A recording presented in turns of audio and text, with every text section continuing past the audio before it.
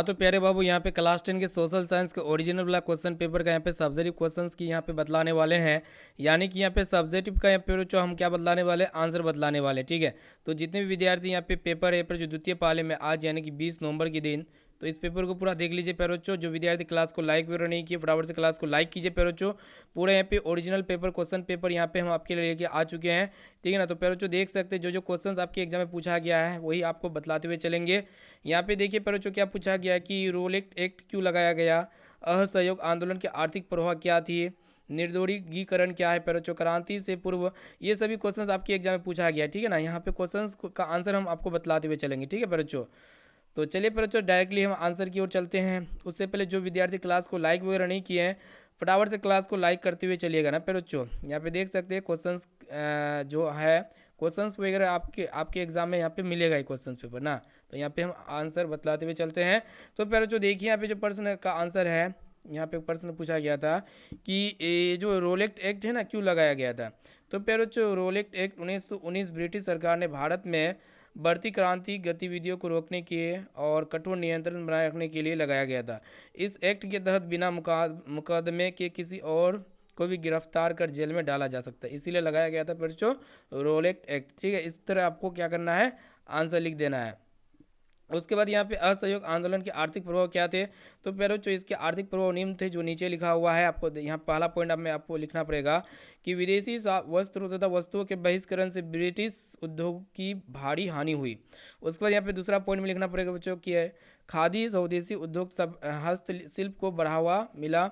उसके बाद यहाँ पे अगला पॉइंट लिखना है कि विदेशी वस्तुओं के आयाम में कमी आई और भारतीय व्यापार को प्रोत्साहन मिला। ठीक है, तो इस प्रकार आपको लिख देना पड़ेगा। उसके बाद नेक्स्ट क्वेश्चन की तरफ बढ़ चलते हैं।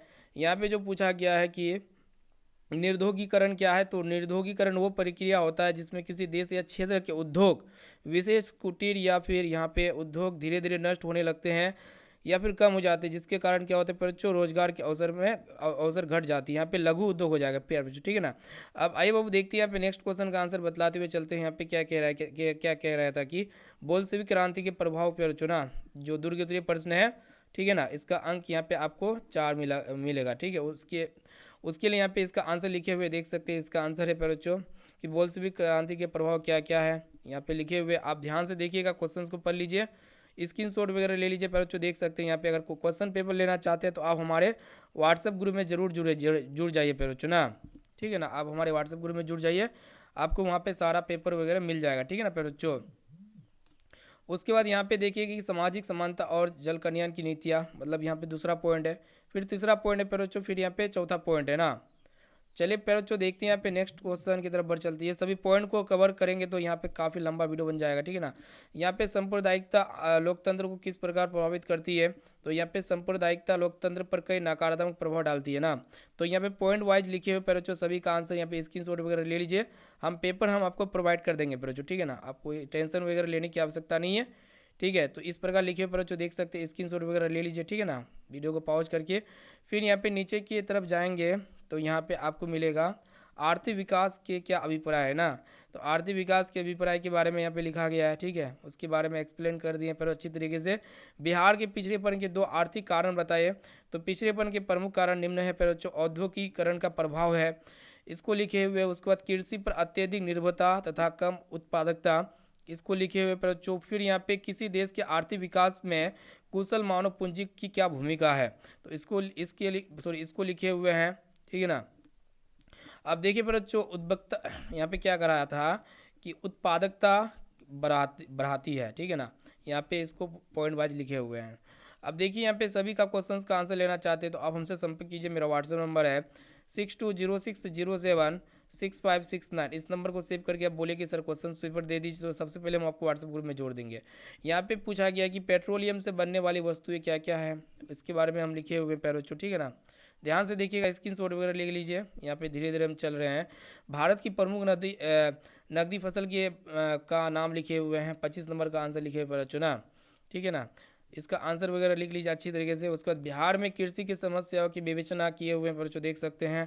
ठीक है ना, और यहाँ पे पॉइंट वाइज भी कवर किए हुए हैं बच्चों। ठीक है ना, अब देखते हैं यहाँ पे नेक्स्ट, जो आग से जलने की स्थिति में जले हुए स्थान पर क्या प्राथमिक उपचार करना चाहिए।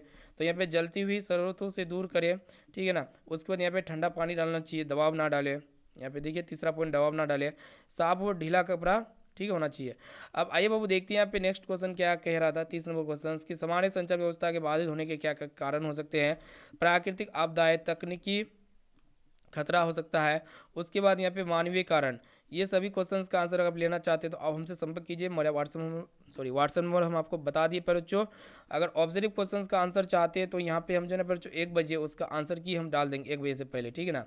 तो प्यारे बच्चों जो विद्यार्थी अभी तक क्लास को लाइक वगैरह नहीं किए फटाफट से क्लास को लाइक कीजिए। प्यारे बच्चों चैनल पर नए हैं तो चैनल को सब्सक्राइब कर लीजिएगा ना। क्वेश्चन पेपर लेने के लिए हमसे संपर्क कीजिए या फिर डिस्क्रिप्शन में आपको लिंक मिल जाएगा, वहाँ से आप कॉन्टैक्ट कर सकते हैं, ठीक है ना। वहाँ पे आपको वहीं से मिल जाएगा प्यारे बच्चों। तो फिर मिलते हैं यहाँ पे अगले पेपर के साथ प्यारे बच्चों। Thank you.